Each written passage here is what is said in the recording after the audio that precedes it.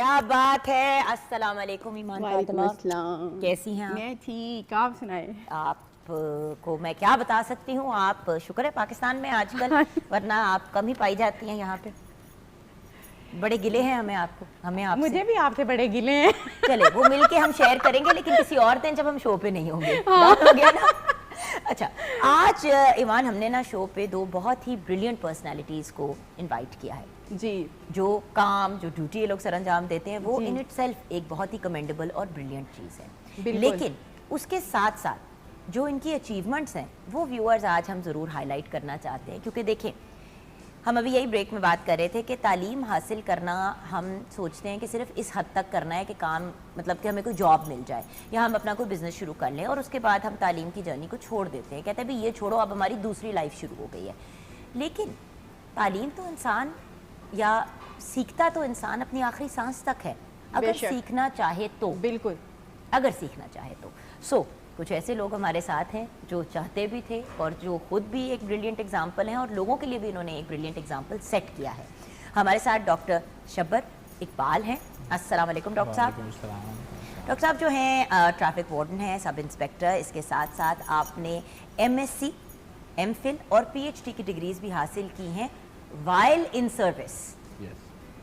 तो डॉक्टर साहब आपके साथ हमें ज्वाइन किया एक और डॉक्टर साहब ने, जो खुद भी एक ट्रैफिक वार्डन है, सब इंस्पेक्टर हैं। इसके साथ साथ इन्होंने क्रिमिनोलॉजी की डिग्री भी हासिल की, फिर LLB किया, फिर MPhil किया, उसके बाद PhD किया। अब पता नहीं ना जाने इसके बाद क्या करेंगे। डॉक्टर मोहम्मद आबिद नज़ीर हमारे साथ। अस्सलाम वालेकुम डॉक्टर साहब। वालेकुम अस्सलाम। सबसे पहले तो डॉक्टर शब्बर आपसे बात शुरू करते हैं। आपका ये सफ़र कैसे शुरू हुआ? लोग तो, आप लोगों की पोस्ट पे तो वैसे ही टाइम नहीं मिलता, सांस लेने का टाइम नहीं मिलता। बस ये टाइम निकालना पड़ता है, मैनेज करना पड़ता है, और शौक़ होना चाहिए इंसान में। सबसे बड़ी इंसान में शौक़ और मोटिवेशन होनी चाहिए। यूनिवर्सिटीज़ में जब हम लोग पढ़ते थे, MSc स्टार्ट की थी तो जॉब हो गई थी, लेकिन हमने उस सफ़र को रोका नहीं। मैंने नहीं रोका, वो सफ़र चलता रहा। MSc अच्छे मार्क्स, अच्छे ग्रेड के साथ की, फिर एक शौक़ बढ़ा कि नहीं, MSc आई थिंक कि वो वहाँ पे इतना सेटिस्फाई नहीं थी। फिर MPhil जब हो गया तो फिर शौक़ हुआ कि नहीं, जॉब तो है साथ साथ, इसको मज़ीद आगे लेके जाना चाहिए, क्यों ना PhD कर ली जाए। तो अल्लाह ताला का ख़ास करम था, वालदैन, पेरेंट्स, भाई, दोस्त, ख़ास तौर पे मेरे जो दोस्त हैं उन्होंने बहुत मुझे इनकरेज किया कि नहीं, आप ये काम कर सकते हो, आप में कैपेसिटी है, एबिलिटी है आप में। तो फिर अल्लाह का करम हुआ, साथ साथ स्ट्रगल जारी रही, और अल्लाह ताला ने यह अवार्ड भी दे दिया, PhD भी हो गई मेरी माशाल्लाह। 2021 में PhD मुकम्मल हो गई थी। और हमारा सब्जेक्ट क्या था? मेरा सोशियोलॉजी, हाँ, सोशल साइंसेस का सब्जेक्ट है सोशियोलॉजी। और थीसिस क्या था सर? थीसिस मेरा जो PhD का था वो मैंने अपनी ट्रैफिक फोर्स पे, बड़ी इंटरेस्टिंग चीज़ है कि मैंने अपनी ट्रैफिक फोर्स पे किया था। उसमें मैंने किया था इम्पैक्ट असेसमेंट ऑफ ये क्लाइमेटिक वेरिएशन, कि हम पे क्लाइमेट, ये हम पे मौसम के तगय्युरात किस तरह हम पे असरअंदाज होते हैं, और हमारा भी बिहेवियर उसके हिसाब से चेंज हमारा होता है। बिहेवियर किस तरह चेंज होता है, हमारी सेहत पे क्या असरात हैं, हमारी फैमिली पे क्या असरात हैं, उस पर हमारी जो ड्यूटी रूटीन है। हम सख्त सर्दी में भी हम चौक में होते हैं ट्रैफिक फोर्स, और सख्त गर्मी में भी चौक में होते हैं। तो उसमें सख्त सर्दी के तगय्युरात और हैं, सख्त गर्मी के और हैं, फिर उसके बाद वहाँ सफोकेशन है, गर्मी हब्स में आजकल आप देखिए, आजकल बाहर 2 मिनट वॉक करना मुश्किल होता है, सांस लेना मुश्किल है, और उसके अलावा वो 8 घंटे खड़े होके स्टैंडिंग ड्यूटी है। तो उसमें जो तगय्युरात, मौसम की तब्दीलियाँ थी ट्रैफिक वार्डन्स की सेहत पे, उनके बिहेवियर पे, उनकी इनकम पे, उनकी फैमिली पे, उनके अपने जो हेल्थ इशूज़।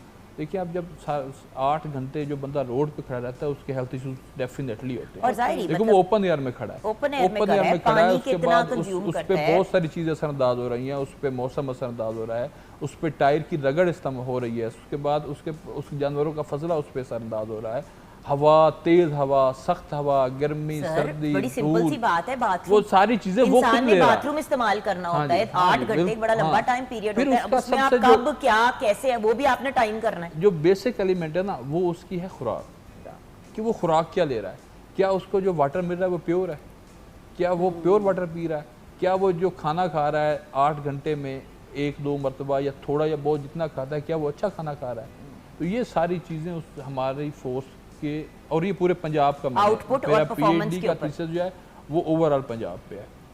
तो उससे मेरे सैंपल साइज वो 400 के करीब मेरा सैंपल साइज था, उसमें मैंने फिर इंटरव्यूज़ वगैरह करके तो उस पर फिर मैंने आगे रिजल्ट्स निकाले कि ये क्या क्या संभाल होते हैं। डॉक्टर आबिद, आपकी क्या कहानी? जी मैं ग्रेजुएशन मैंने की, उसके बाद मैं ट्रैफिक वार्डन सब इंस्पेक्टर भर्ती हो गया। लाहौर में कोड़ास में बिलोंग करता था। लाहौर एक मेरे लिए बड़ा शहर था। और फिर यहाँ से जो मैंने जी जैसी में जॉब तो मेरी हो चुकी थी, उसके बाद मैं CSS की जारी यहाँ से मैंने स्टार्ट की। तीनों मैंने अटैम्प्ट से, लेकिन कामयाब तो मैं ना हो सका।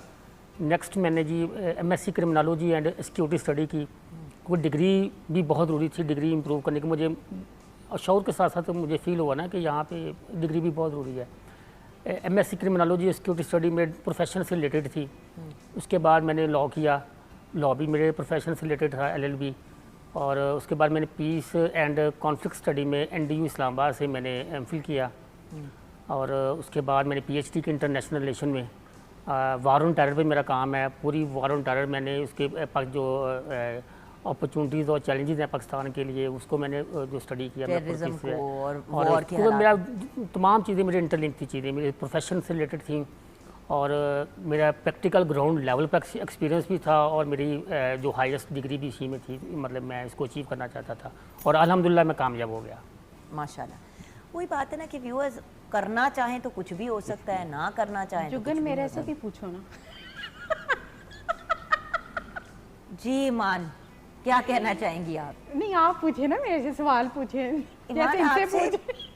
इतने पढ़े लिखे लोग बैठे हुए, हम दोनों सहेलियां क्या बातें करेंगी।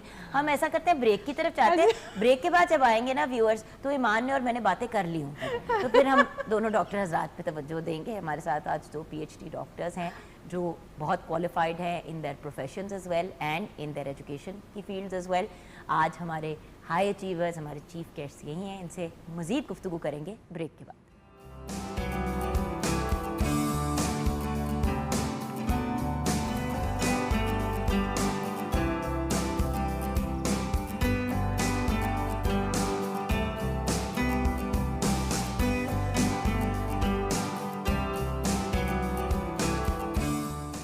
जी हाँ viewers, welcome back from the break. वक्त हो गया है किचन में नज़र डालने का और देखने का कि क्या सिचुएशन है।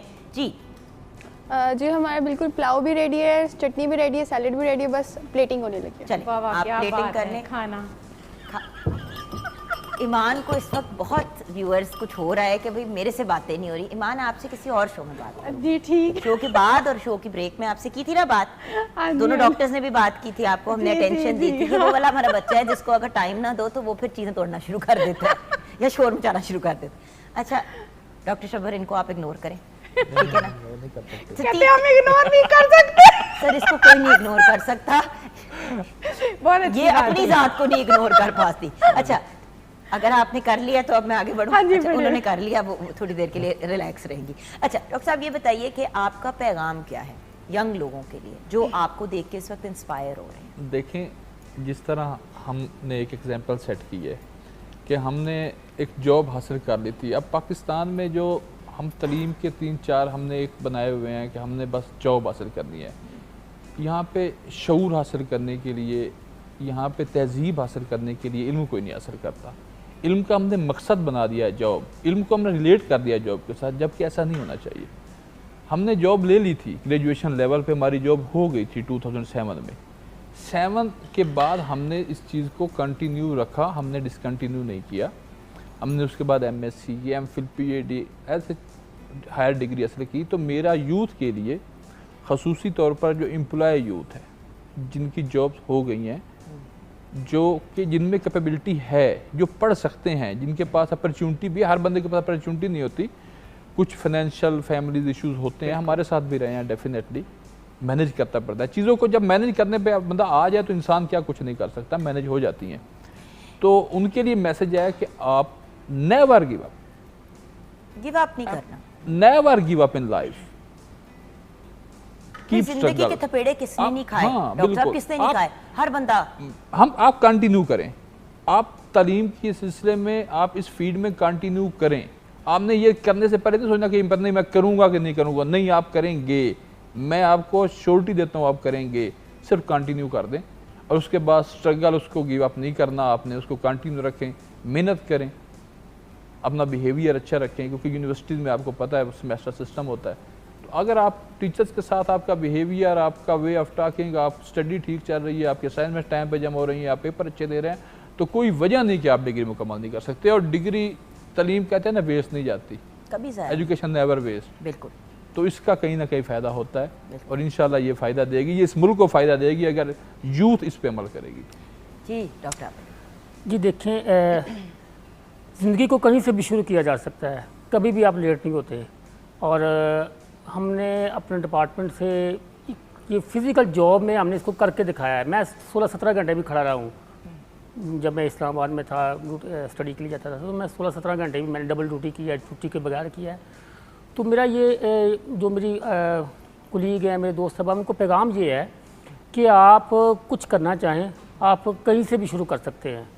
और जो आपके प्रॉब्लम्स आएंगी आपकी लाइफ में, फाइनेंशियल प्रॉब्लम है या सोशल प्रॉब्लम है, जो भी हैं, वो अल्लाह ताला की ज़ात आपके लिए इसको आसानियाँ पैदा करनी शुरू कर देंगी। और मेरे लिए प्रैक्टिकल हुआ है, ऐसे मेरी लाइफ में ऐसे हुआ है।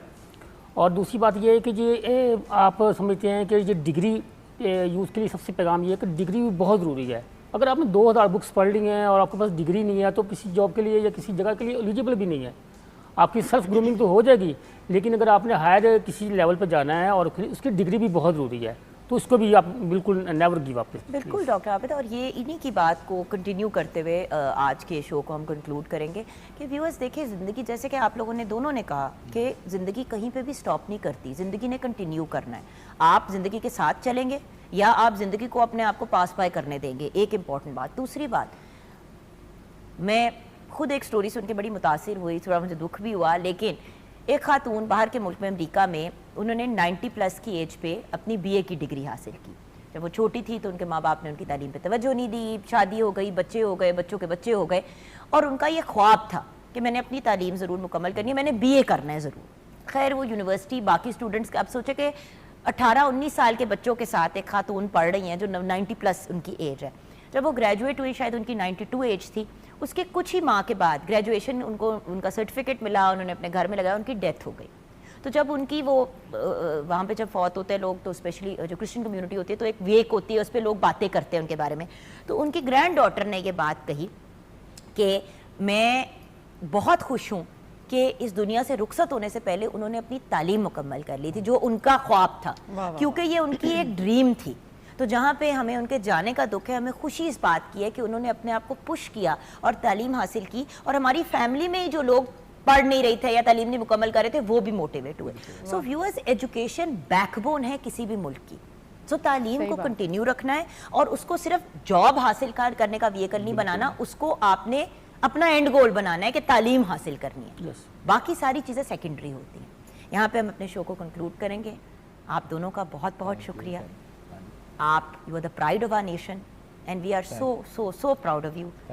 और अब पता चला कि दोनों कुछ पोस्ट डॉक्टरेट पे भी काम करने के चक्रों में हैं। So good luck with that, best of luck. और अल्लाह आपके घर वालों को भी हिम्मत है जो आपके साथ सपोर्ट पे खड़े हुए, जिनके बगैर ये पॉसिबल नहीं। फैमिली के बगैर कुछ भी नहीं है। फैमिली आपको सपोर्ट करती है तो आपको गोल अचीव करते हैं। अगर फैमिली सपोर्ट ना करे, फैमिली ये पार्ट ऑफ लाइफ है और बहुत इंपॉर्टेंट पार्ट ऑफ लाइफ है। इनके बगैर आप कुछ नहीं कर सकते, कुछ भी नहीं है। बिल्कुल सही बात। और ख़ास तौर पर मैं एक बात यहाँ पे कहना चाहता हूँ अपने अफसरान के बारे में। हाँ जी, कि जो हमारे अफसरान हैं ना, उन्होंने हमें बहुत देखो, अफसरान ने हमें हेल्प किया तो हम इस पे चले। और ख़ास तौर पर जो मौजूदा IG साहब हैं हमारे, अब उनकी वजह से हम यहाँ पे आज बैठे हैं। उन्होंने हमें बुला के अप्रिशिएट किया तो आपकी नज़र हम पे पड़ी। बिल्कुल अगर वो हमसे पहले, मैंने 2021 में PhD की थी, पहले तो मुझे किसने अप्रिशिएट नहीं किया। फर्स्ट टाइम IG साहब, ये IG साहब को क्रेडिट जाता है हमारे को। तो उन्होंने हमें अप्रिशिएट किया, बुला के हमें गले लगाया, हमें मोहब्बत दी, हमें प्यार दिया, हमें शाबाश दी। तो आज हम आपके साथ बैठे हैं। भाई देखें, ट्रू ये appreciation का सिलसिला चलता रहना चाहिए। ट्रू विजनरी लीडर जो है वो सिर्फ लीड नहीं करता, वो आगे के लिए मजीद लीडर्स को ही तैयार करता है कि जब मैं लीड नहीं कर रहा हूँगा तो मेरे बाद जो लोग आए वो भी क्वालिफाइड, सेंसिबल, इंटेलिजेंट लोग हों जो चीज़ को आगे लेके चल पाएं। और लीडर अगर लीडर्स क्रिएट करता है तो तभी हमारा नेशन जो है वो कामयाबी की तरफ जाता है। यहाँ पे हम अपने शो को कंक्लूड करेंगे। ईमान फातिमा, आप क्या सुनाएंगी हमें? मैं 14 अगस्त के हवाले से ही कुछ सुनाऊंगी। चलिए, ओवर टू यू।